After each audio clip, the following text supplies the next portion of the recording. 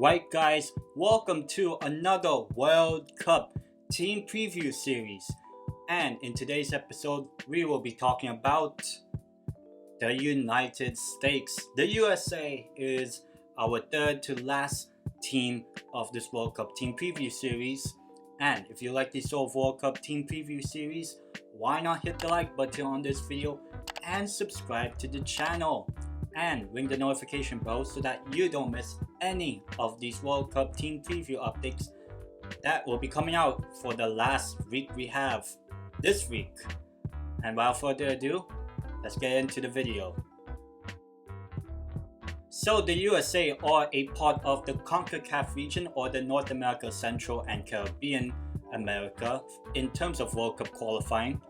And the nickname of the team is the Stars and Stripes. That obviously alludes to the flag of the United States having, well, stars and stripes. And a fun fact for you is that the United States actually scored the very first ever World Cup hat-trick. A player named Bert Patsenard scored in 1930 when the USA beat Paraguay 3-0 back in 1930 in the very first edition of the World Cup. So a little bit of good history there for the United States. And the US have qualified for 10 previous World Cups. However, they didn't qualify in 2018, the previous edition, but now the United States have qualified again for the World Cup at last. And so, in the qualifying campaign for the World Cup, the United States will automatically put into the third and final round of CONCACAF qualifying, in which it includes 8 teams in total, competing against only just 3 or 4 spots for the World Cup, with the automatic spots going for the first, second and third place teams. Now, the United States had a very rough campaign in which they only won half of their games. 14 games played, but they only won 7 of those games, with the majority of them actually coming from home.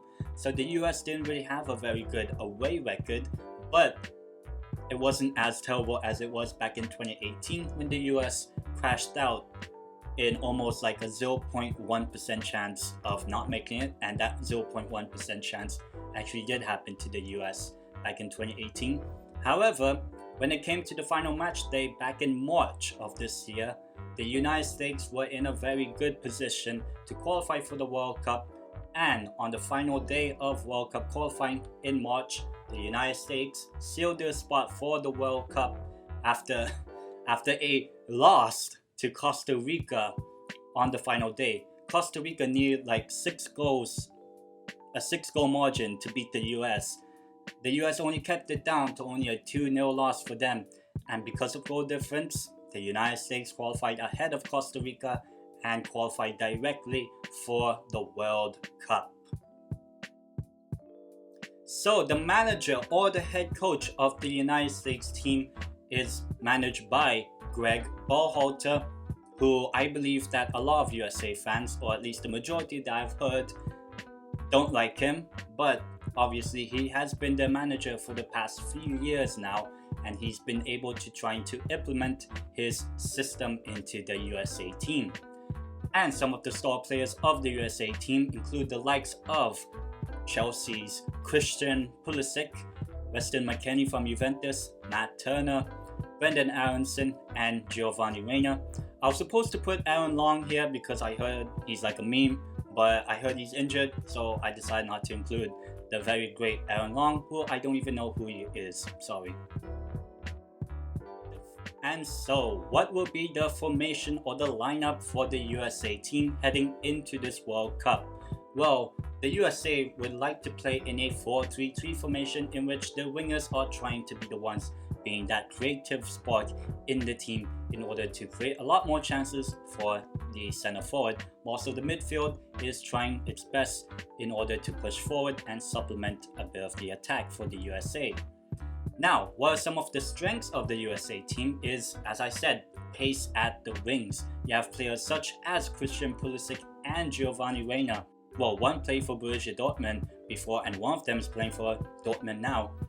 They have very, very good players that are very pacey, that like to run with the ball at pace in order to trouble a lot of defenses that may like to advance a little bit forward and maybe counter attack those sort of teams.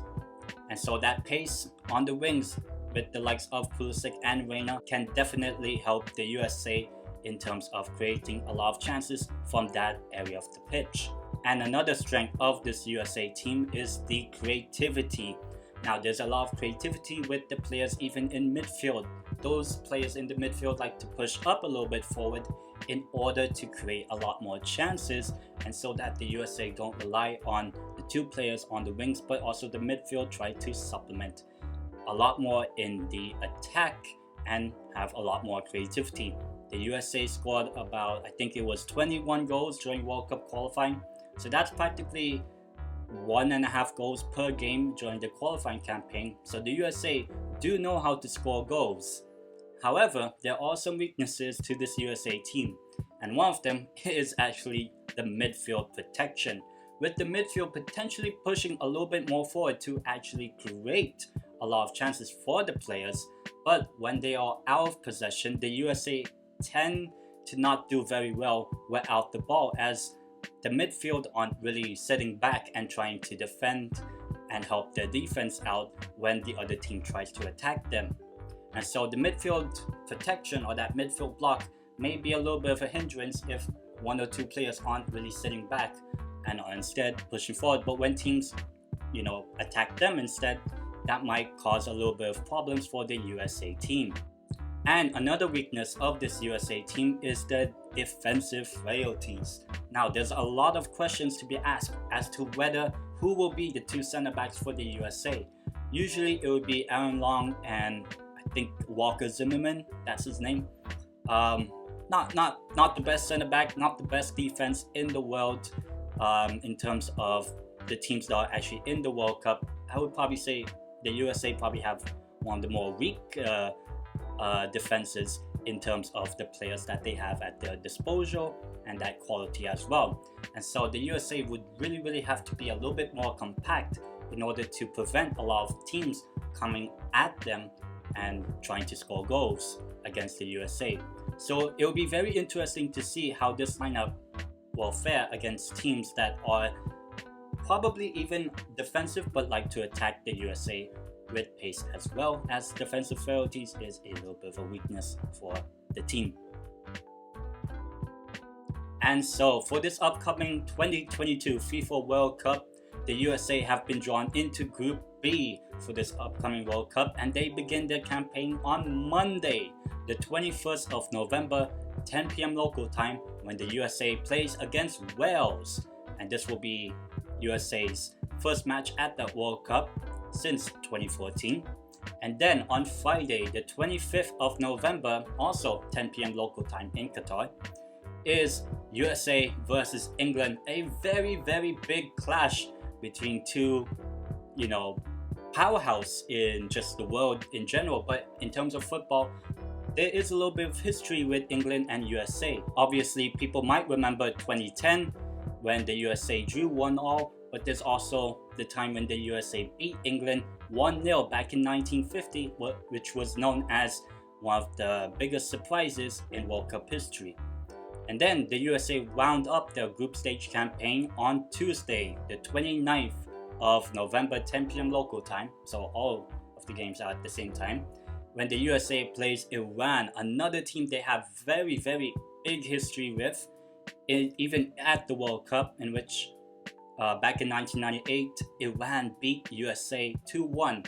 And that was one of the more politically charged type of matchups, but hopefully for this upcoming World Cup, there won't be any sort of trouble, and hopefully, the USA can do well at this World Cup. And will the USA do well at this World Cup? Well, time will tell. So that's it for the World Cup team preview series on the United States, or the USA. And if you like these sort of World Cup team preview videos, why not hit the like button on this video and subscribe to the channel, and also ring the notification bell so that you don't miss any of these World Cup team preview updates that will be coming out. Well, this final week, there's only 2 more episodes to go, And the next video, which will be on Wednesday, the 9th of November, where we will be talking about Uruguay. Yes, that's why we'll be talking about Uruguay in the next video, so don't miss that one out when it comes out. And until then, I will see you guys in the next one.